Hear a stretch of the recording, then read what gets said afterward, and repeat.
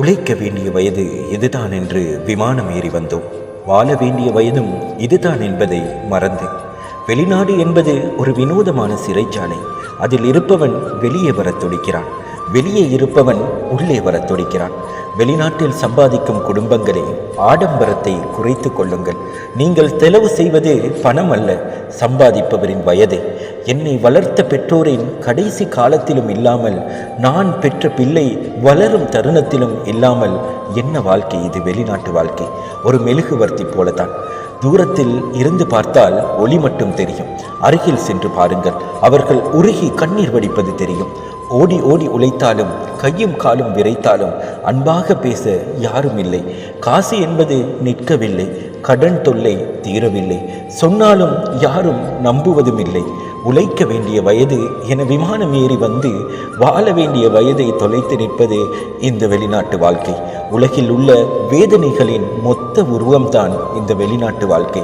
பிறந்த குழந்தைக்கு ஒரு வயது ஆன பின்னும் அப்பாவை பாரென்று அறிமுகம் செய்யும் அவலம் எங்களுக்கு மட்டும்தான். வெளிநாட்டு வாழ்க்கை தலையணைகளை சரி செய்து சுகமாய் தூங்கிய நாட்களை விட சோகம் நிறைந்த அசதியில் தூங்கிய நாட்கள் தான் அதிகம். வாழ்க்கை எனும் பயணத்தில் வேலை தேடி வெளிநாடு செல்லும் நமக்கு நெருக்கமானவர்களின் பயணம் நம் கல்மனதையும் கரையச் செய்கின்றது. யாரும் இல்லாமல் கூட நிம்மதியாக வாழ்ந்து விடலாம். ஆனால் எல்லோரும் இருந்தும் அனாதையாக வாழ்வதே கொடுமை நிறைந்த வாழ்க்கை. உனக்கென்ன விமான பயணம், வெளிநாடு, ராஜ வாழ்க்கை என்று ஊருக்கு போனதும் உள்ளூர் வாசிகள் எங்களை பார்த்து விடும் பெருமூச்சு வளைகுடா நாட்டின் அரபு நாட்டு வெப்பத்தை விட சற்று அதிகமாகவே சுடுகிறது. கல்யாணம் முடிந்த பிறகு விடுமுறை முடிந்து வெளிநாடு போகும் தருணம் என் கருவை சுமக்கும் மனைவியையும் சேர்த்து என் நெஞ்சில் சுமந்து கொண்டுதான் விமானம் ஏறுகின்றோம். வறுமைக்காக அயல் நாடு சென்று பணத்தை சேமிப்பதும், விடுமுறைக்கு தாய் நாடு வந்து நினைவுகளை சேமிப்பதுமே வெளிநாட்டு வாழ்க்கை. உள்நாட்டில் அடுப்பு எரிய, வெளிநாட்டில் விறகாய் எரியும் வாழ்க்கை. இதுதான் வெளிநாட்டு வாழ்க்கை. விசாவிற்கு பணத்தை கட்டி, காதலுக்கு சமாதி கட்டி, இளமைக்கு பூட்டு போட்டு தொடர்கிறது வெளிநாட்டு பயணம். டாலருக்கும் ரியாலுக்கும் வாழ்க்கையை அடகு வைத்துவிட்டு மீட்க முடியாமல் நீரிலேயே மூழ்கி கிடக்கும் மீன் குஞ்சுகள் நாங்கள். பண்டிகை நாட்களில் குடும்பத்தோடு குதூகலிக்க முடியாமல் தங்களின் வாழ்த்துக்களை மனம் முழுக்க சோகத்தோடு கைபேசியில் கூக்குரலிட்டு கொஞ்சி மகிழ நேரில் இல்லாத காற்றலைகள் நாங்கள். இங்கே கண்ணே கனியமுதே என்றெல்லாம் தன் பெற்ற குழந்தையை நெஞ்சுக்கரையை கட்டித்தழுவ முடியாதொரு துர்ப்பாக்கியசாலிகள் நாங்கள். கனி பொறியிலும் கைபேசியிலும் சொந்த பந்தங்களின் குரல் கேட்டு கேட்டு எங்கள் பாசம் கூட இங்கே கமர்ஷியல் ஆகி போனது. தொலைதூர பாசம் செய்தே காட்டிய தொலைந்து போனவர்கள் நாங்கள்.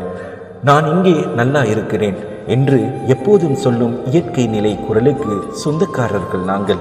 வியர்வையில் நாங்கள் உழன்றாலும் விடுமுறைக்கு போகும்போது வாசனை பூச்சி வாங்க மறப்பதில்லை நாங்கள். எங்கள் வியர்வையின் வாசம் வீட்டில் உள்ளோர் அறியாமல் இருக்க கனி பொறிக்குள் அகப்பட்டு கொண்ட எலிகள் நாங்கள். கலப்பை பிடிக்கவில்லை, ஆனால் நாங்களும் கலைத்துதான் போகிறோம். எண்ணெய் கிணற்று தவளைகள் நாங்கள்.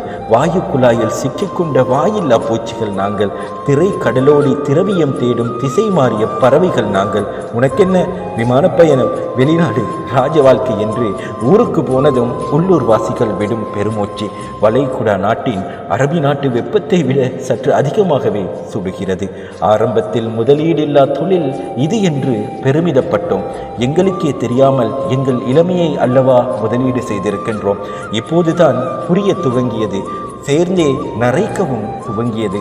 நாங்கள் முதலீடு செய்தது எங்கள் வாழ்க்கையை, வாலிபவத்தை. இழப்பீடு கிடைக்காத இழப்பு இது, நஷ்ட ஈடு கிடைக்காத நஷ்டம் இது. யாருக்காக, எதற்காக, ஏன்? தந்தையின் கடன், தங்கையின் திருமணம், தம்பியின் படிப்பு, சொந்தமாய் வீடு, குழந்தையின் எதிர்காலம், குடும்பச் சுமை, இப்படி காரணம் ஆயிரம் தோரணம் போல் கண்முன்னே. மனைவியின் கண் சிமிட்டல், சினுங்கல்கள், அம்மாவின் அரவணைப்பு, அப்பாவின் அன்பு, குழந்தையின் மழலை, நண்பர்களுடன் அரட்டை, இப்படி எத்தனையோ இழந்துவிட்டோம். எல்லாவற்றையும் இழந்த நாங்கள் இன்னும் இங்கே ஏன் இருக்கின்றோம்? இழப்பதற்கு ஒன்றுமில்லை என்பதாலா? இல்லை, இழப்பிலும் சுகம் கண்டு கொண்டதாலா? சொந்த மண்ணில் சொந்தங்களோடு சோறு தின்பவன் யாரடா? இருந்தால் அவனே சொர்க்கம்.